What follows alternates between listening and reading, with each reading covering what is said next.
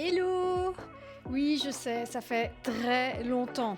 Très longtemps. Je crois que ça fait même plusieurs années. Qu'est-ce que je deviens? Malvoyante. Alors, tout d'abord, merci pour vos messages. Je vends les lunettes, j'aime pas. Pourquoi j'ai pas donné de nouvelles pendant plusieurs mois? Oui, plusieurs années. Alors, rassurez-vous, je vais bien. Je suis en très bonne santé. Merci. Poupette va bien, Flocon va bien, tout le monde va bien.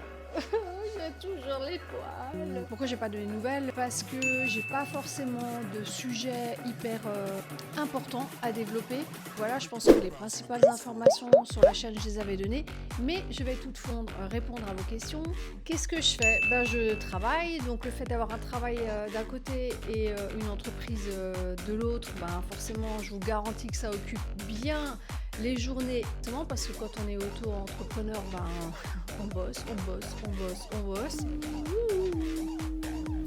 Alors, je vais répondre à cette question qui m'a été posée. Alors, actuellement, je fais un contrôle par an. J'ai un rendez-vous par an avec mon oncologue. Je fais une IRM de contrôle.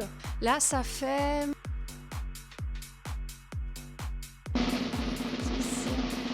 ça fait 7 ans. Ça fait 7 ans que je suis en rémission.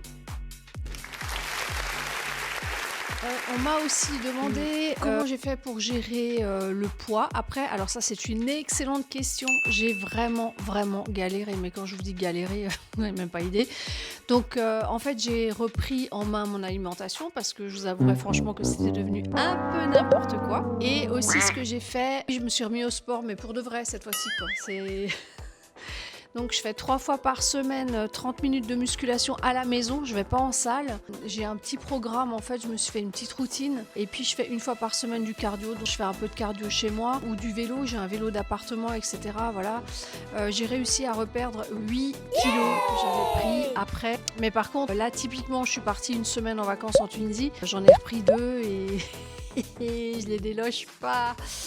Donc on sent bien que la ménopause, puisque je suis ménopausée maintenant, c'est officiel, c'est plus comme avant. Ouais. Et oui, alors ça c'est vrai, j'ai été opérée encore une fois en septembre 2025. Donc la 7e et la dernière opération, c'était opération de reconstruction, c'est de l'esthétique. Hein. Voilà. Donc voilà. Ah oui, et comment je fais en fait pour pas penser... Si, alors, mais bien sûr que j'y pense, bien sûr qu'on pense.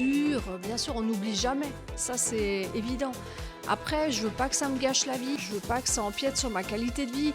J'ai la chance d'être sortie des traitements, d'être en bonne santé actuellement. Si, n'oubliez pas que j'étais mal barrée. Là, c'est pas pour faire le hamster qui tourne sans arrêt dans la roue, quoi. Non, on verra, Inch'Allah. Mais après, c'est vrai que moi, ceux qui me suivent savent que je suis super occupée. Je fais 10 000 trucs, j'ai jamais le temps pour rien.